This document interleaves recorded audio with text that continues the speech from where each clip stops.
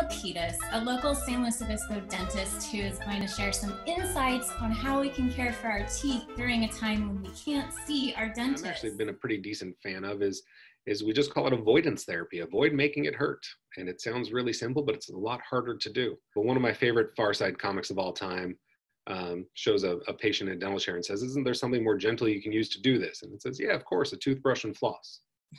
And so just like this has been a real opportunity for us to connect with ourselves and nature and our family and give the world a chance to maybe heal a little bit, it's an opportunity for us to revisit some of our real basic habits. A lot of us are learning to cook again and cleaning our homes and getting into some of these projects. And so maybe 4.5 minutes a day it takes total to have really, really excellent dental hygiene with brushing and flossing may really set us up for success going forward.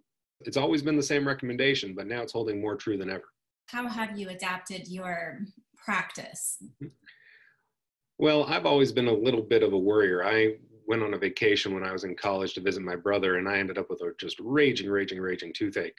And so since then, I've always been a big fan of being prepared for significant dental issues. And fortunately, our local, the CVS's, Walgreens, drugstores of the world have actually pretty good dental sections.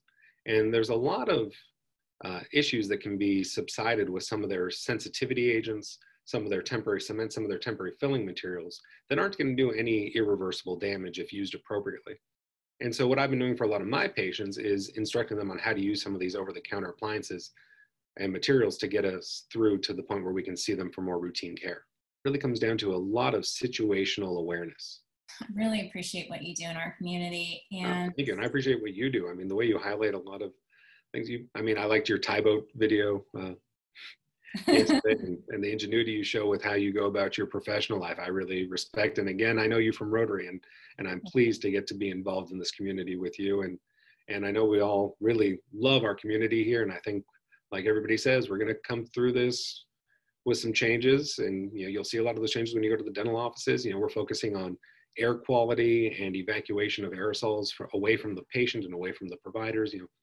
Really trying to maximize safety so that when we get word that it's time to resume dental care, we really think we're going to do it in an environment that is as safe to do so as possible for everybody.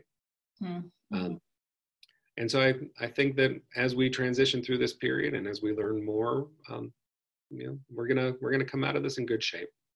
Are you still taking new clients? It's one of my favorite things to do. I joke that it's like Christmas morning. You get to meet a new person, you get to see what they have going on in their story, you get to just really embrace, forming a new relationship.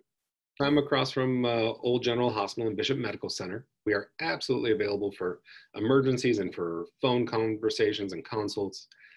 And most of us, if not all of us, are doing this just as a complimentary service, right? Desperately miss caring for my patients and getting to spend time with my team here.